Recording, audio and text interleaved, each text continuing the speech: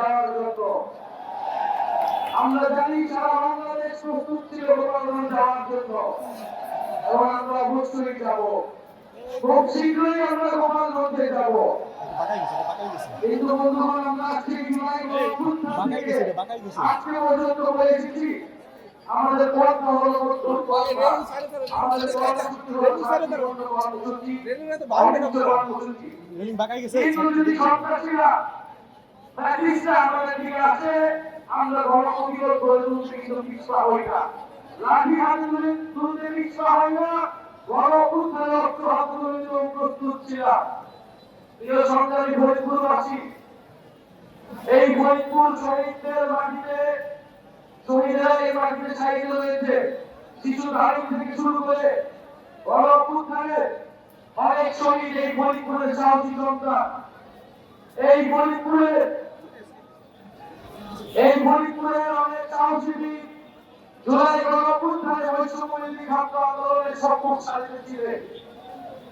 সংগ্রামী বন্ধুগণ, আপনারা জানেন গতকাল গোপালগঞ্জে আমাদের শান্তিপূর্ণ পূর্ব ঘোষিত কর্মসূচিতে আক্রমণ চালানো হয়েছে।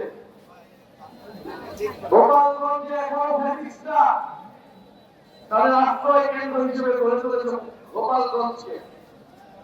আমরা বলছি গোপালগঞ্জের মানুষকে, গোপালগঞ্জের সাধারণ জনগণকে আমরা মুজিববাদ থেকে মুক্ত করব। গোপালগঞ্জের সাধারণ মানুষের পাশে আমরা আছি। বান্ডেল থাকলে প্রতি সেনমানিতে টাকা বাঁচবে। বিকাশ সেনমানি বান্ডেল কিনে জিতুন প্রতি লেনদেনে। আমরা আহ্বান জানাতে চাই সরকারের কাছে, গোপালগঞ্জের কোন একজন সাধারণ মানুষের যাতে হেনস্থা না করা হয়, কিন্তু ফ্যাসিস্ট সন্ত্রাসী প্রত্যেককে ধরে ধরে গ্রেফতার করতে হবে। সংগ্রামী বন্ধুগণ, 4 জন মানুষ বিচার বহির্ভূত হবে গতকাল বলা গিয়েছে। আমরা 5 আগস্টের পরে বলেছিলাম সন্ত্রাসীদের মানবাধিকার আমরা বিশ্বাস করি।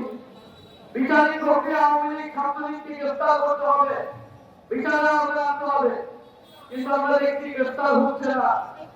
গ্রেফতার হলে কোর্ট থেকে ছাড়া হচ্ছে, বিচার প্রক্রিয়া আগাচ্ছে না। প্রশাসনের বিভিন্ন স্তরে যারা স্বৈরাচারের দোষর রয়েছে এবং দুর্নীতিবাজ কর্মকর্তারা রয়েছে, তাদের প্রতি বলে দিতে চাই, বিচারের দাবিতে আমরা রাজপথে নেমেছি। বিচার নামাই না করে আমরা রাজপথ থেকে উঠে যাব না। আমরা রিফাইন্ড আওয়ামী লীগ বাংলাদেশে প্রতিষ্ঠা করতে চাই। গতকালকে রিফাইন্ড আওয়ামী লীগের রিফাইন্ড মুজিববাদের একটা ভাষণ এই দেশের জনগণ দেখেছে। মুজিববাদী সন্ত্রাসীদের 5 আগস্ট আমরা পরাস্ত করেছি। আমরা এখন সময় দিচ্ছি আইনি ভাবে, শান্তিপূর্ণ ভাবে এই সকল সন্ত্রাসীদের গ্রেফতার করা হোক। আর না হলে আমরা অবিলম্বে গোপালগঞ্জে বারবার করব, এবং এবার কিন্তু আমরা ফিরে আসার জন্য রাজ করব না। গোপালগঞ্জের বাকি ও জনগণকে মুজিববাদ থেকে সম্পূর্ণভাবে চিরতরে মুক্ত করে তারপরে ফিরে আসবো।